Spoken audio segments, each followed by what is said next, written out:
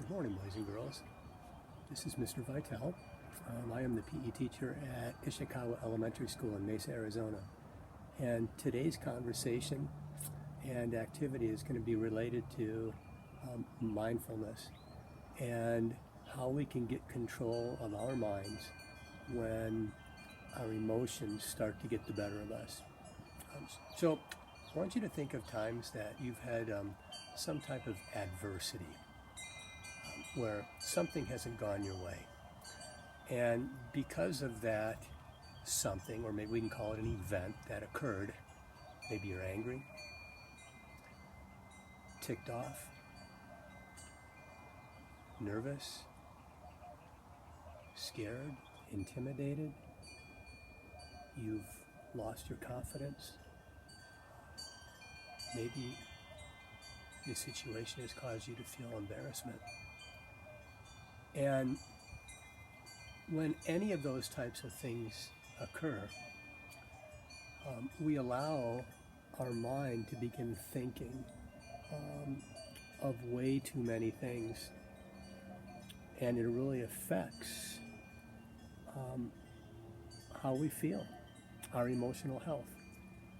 If you're in an athletic activity and you get nervous or you get angry, your heart rate increases, your breathing increases, and your mind goes from being relatively clear to what we call spiraling out of control.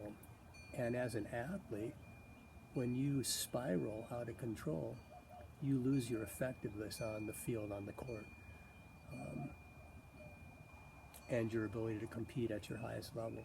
If you're into performing arts, band, music, chorus, the performing arts, maybe a show of some type, and you're in the spotlight, and you get nervous, you get worried, maybe the embarrassment kicks in, same type of thing. Your mind starts listening to all these different thoughts coming in, and you lose your ability to focus in the way that you need to. If you're a student who or a boy or a girl who in different situations maybe exhibit poor behavior, and you get called on it, you get caught, and then you spiral out of control, and maybe your emotions really start to get the most of you. Get extremely angry, you pitch a fit, and think about it, when you're in that state, your mind's not clear, you're not focused on what you need to be focused on. So what we're going to do today is we're going to kind of put ourselves into a few of those situations, and then I have a few breathing activities that are going to also use your finger to trace some different objects to help you get yourself back into a better emotional state. Okay? So let's give it a try. First thing, I'm going to use this app right here for a timer. It's called a Tabata app. And it looks like this. And what we're going to do is we are going to jump rope for 1 minute. And then after 1 minute, we're going to come right back here. We're going to see if we can calm that heart rate, calm that breathing rate back down. Okay? So I've got my jump rope that's right over here. And I'm going to turn my timer on. And while I'm jumping, I'm going to think of a situation where I've been angry, where something's ticked me off, and I just can't let it go.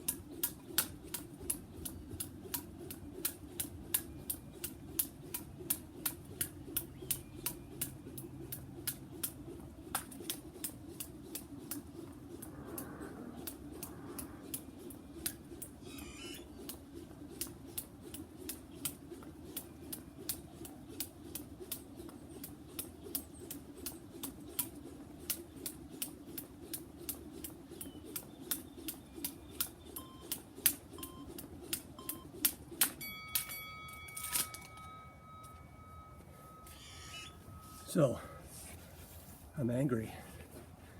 That really upset me. And I don't feel good about it. But I've got a strategy.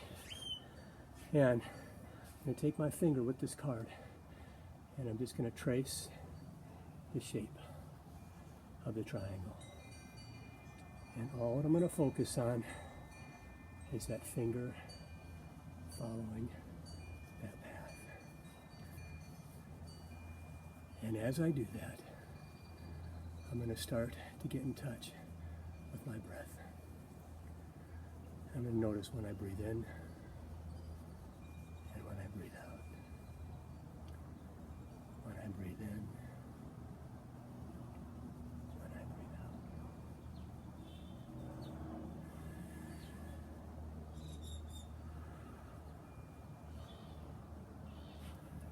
When I do that, it takes all those angry thoughts and they kind of just dissolve away. They just kind of vanish into the background and maybe become not even present anymore. Now, I'm in a much better emotional state than I was before. Okay. Next situation. Okay. I'm in a really big baseball game. This game means a lot. Okay. I've got those nerves. And I'm thinking a lot, when it's time for me to come to bat, I'm thinking a lot of the unsuccessful previous at-bats I've had. I've struck out, I've popped up, I've flied out, I haven't been successful, and I'm worried. And I've got all these different thoughts in my mind. So as I'm jumping right over here, same thing, I'm going to be thinking about what that feels like when I've lost my competitive focus on the baseball field. Here we go.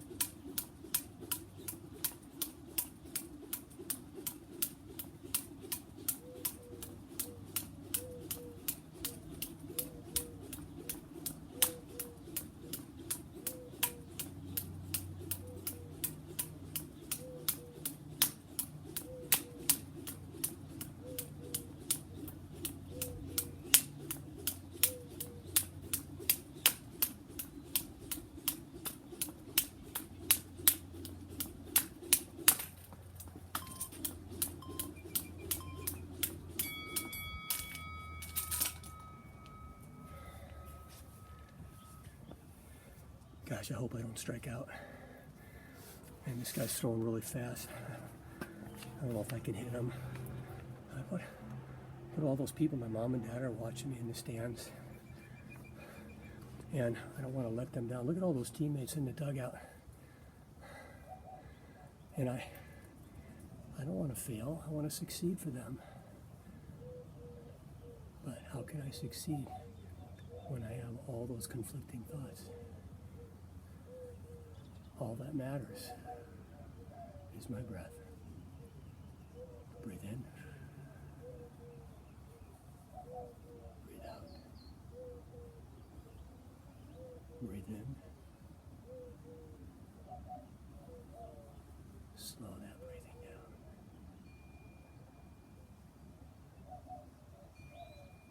And now all I'm thinking about is seeing the ball and hitting the ball. So it works on the athletic field or on the court.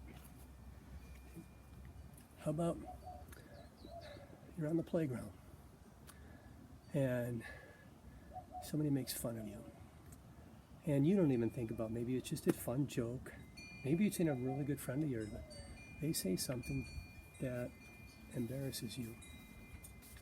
And now you're kind of in the spotlight. All of a sudden, that confidence that you have in just yourself just vanishes just like that. and you're wondering, why is my best friend making fun of me? And again, my mind is beginning to spiral. And all those different emotions are attached to it. I might feel like crying. I might feel like running away. In some cases, it may feel like getting aggressive. So I'm going to go jump rope again. I'm going to think about what type of feelings those would be like and how it affects me. Here we go.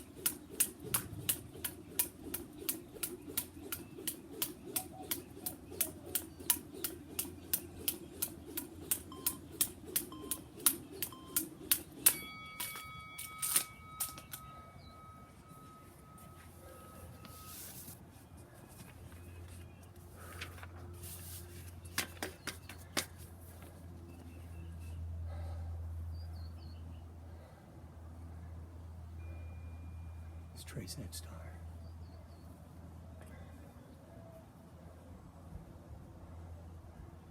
I'm not going to let that person bother me.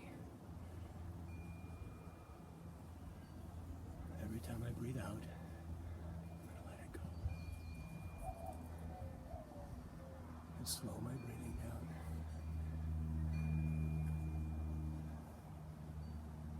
Just let it go.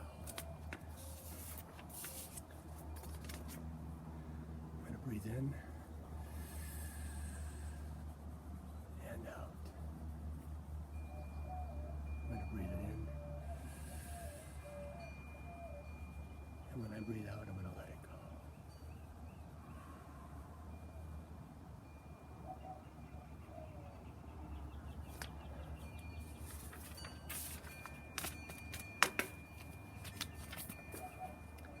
You know, when things happen to us, we always have the opportunity to respond.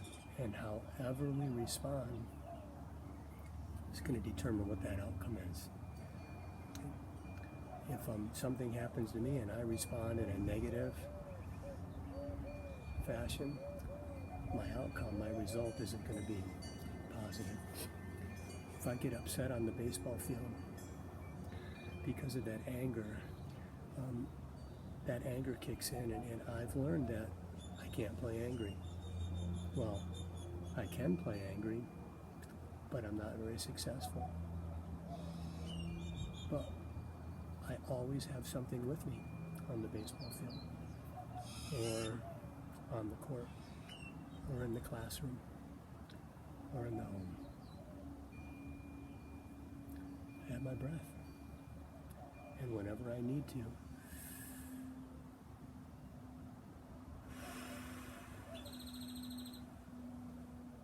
I can go to that breath.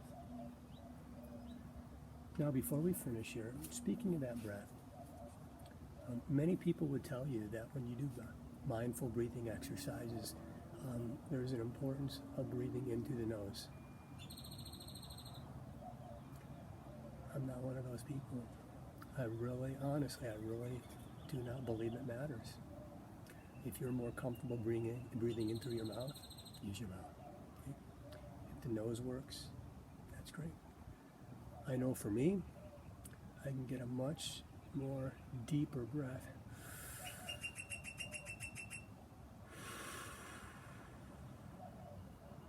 Using my mouth rather than my nose. Okay? Last activity. This is called a labyrinth. And to you right now, it looks like a maze.